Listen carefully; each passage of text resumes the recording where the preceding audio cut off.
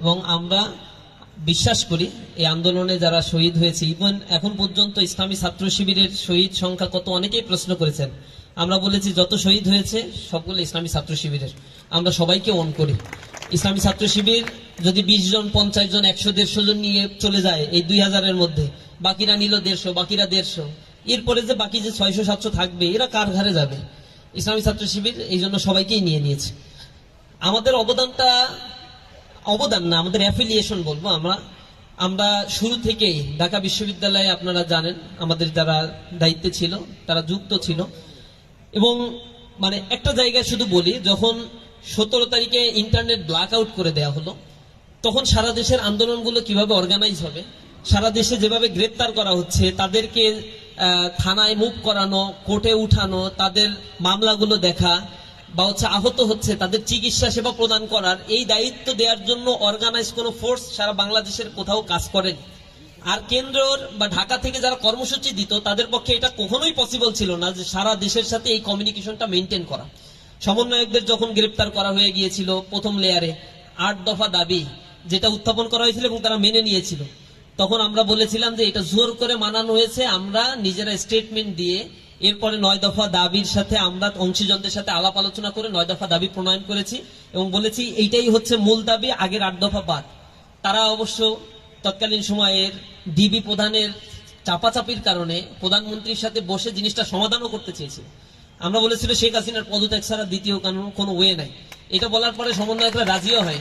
তখন আমরা কথা আবার পাল্টে দিয়েছিলাম, আমরা বলছি যে দায় দায়িত্ব নিয়ে তাকে পদত্যাগ করতে হবে, তো শেখ হাসিনার দায় দায়িত্ব নিয়ে পদত্যাগ করলে তো হয়ে যায়, তখন ওই আগের কথাটা থাকে না।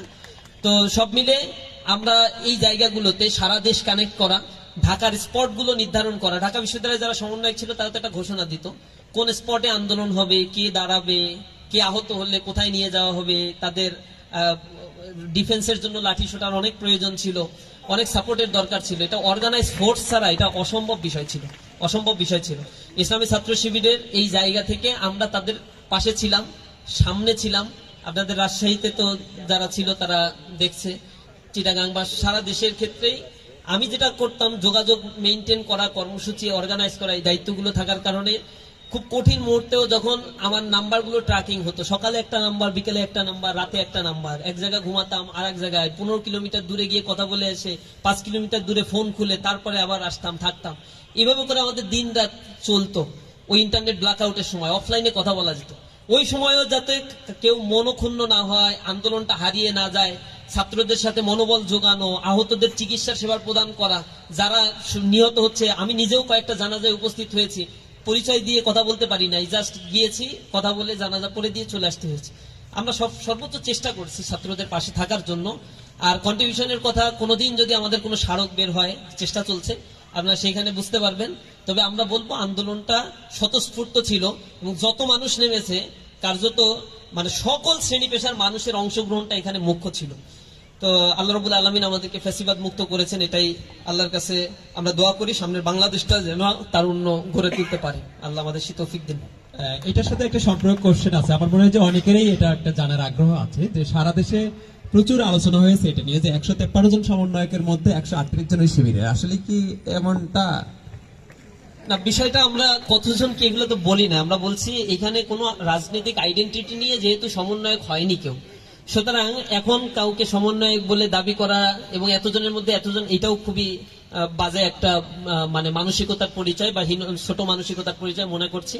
এই কারণে যা ছিল এখন মানুষ দেখছে, স্বাভাবিকভাবেই আমরা আমাদের কার্যক্রম পরিচালনা করছি। তখন প্রয়োজনের তাগিদে ইসলামী ছাত্র শিবির পাশে ছিল।